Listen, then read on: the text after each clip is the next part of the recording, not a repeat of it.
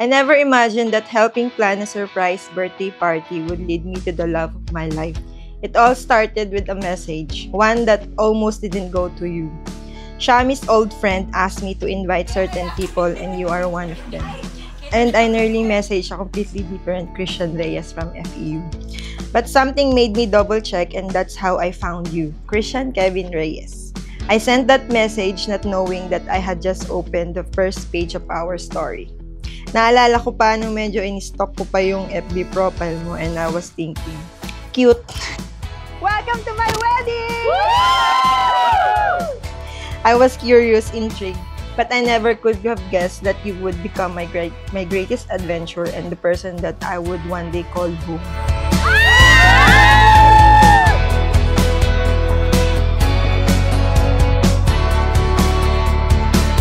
Sa gulo ng mga sinabi ko, and to be honest, hanggang ngayon di pa din ako sure sa mga bagay-bagay. But through all that uncertainties, sa isa lang ako naging sigurado. Sa'yo.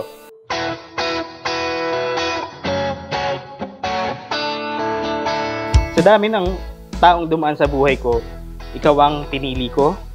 Kung may chance ako pumili ng ibang universe na may ibang version ko, ito pa rin ang pipiliin ko, itong exact universe na magkaharap tayo ngayon sa altar.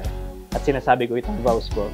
Siguro, weird na weird ka na, lalo sa mga nakakarinig ng mga sinasabi ko kasi parang ang random lang nung mga sinasabi ko dito sa vows ko. Okay lang kasi kahit ako din minsan di ko maintindihan yung sarili ko eh. But I'm really happy that you're trying to understand me. Akala ko panandahian lang.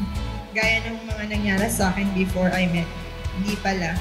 Consistent pala. Yung pagmamahal ng sigurado. Yung mahal na dahil sa ako lang. And if for some reason binalik ako sa past to have a chance to change the decisions I made, I will still make the same decisions and the choices para makabalik sa'yo. Sa lahat ng mga maling decision ko sa buhay, ikaw yung pinaka-naging tama. Myra, ikaw lang ang pinili, pinipili, at pipiliin. Mahal na mahal kita. And above all, I vow to never forget how blessed I am that a Facebook message led me to the love of my life. From one message to this moment, to every tomorrow we share, I am yours completely and forever. Hello, Daddy! Dito na tayo sa wakas after 2 years na na-delay. So, parang meant to be talaga tong araw na to para sa atin. So, yun. See you later! I love you! Alam mo ba, munti ka na sumuko ang puso ko. Sa paulit-ulit na pagkakataon na nasaktan na bigo. Mukhang delikado na naman ako. Bakit ba kinikilig na naman ako? Pero ngayon ay parang kakaiba. Pag nakatingin sa iyong mata, ang mundo ay kalma. Ngayong andyan ka na, di magmamadali. Oy, tatlo pala yun.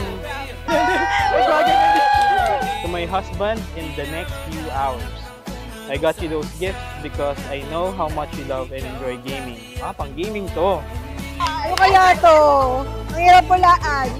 Oh! Wala na atang ibang makakapagpasayo kundi ang mga tulad nito. Siyempre, bukod sa akin. Of course! This is just one way of showing how much I love you, support your passion, and I wanted to give you something that makes you happy.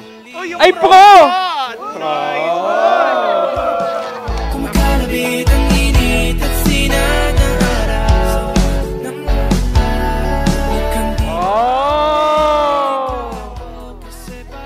Tunay! Hi, lobster, mami. Hindi ko alam na ito yung bibilin mo kahit nakita ko na mayroong plastic ng Data Blitz. Wow!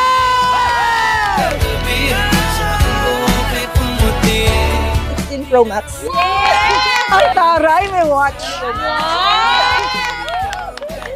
I've always said that this gift is something you've expected at the same time also unexpected. It's really rare for us to splurge on material things and items that we want since we're building for something bigger.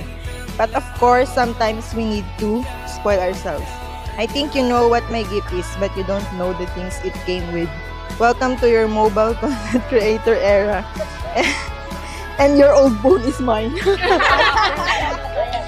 Tara guys, game na sa bahay. Ngayong nandyan ka na, di magmamadali. Kung lang ang katabi, saan ko kay pumuti.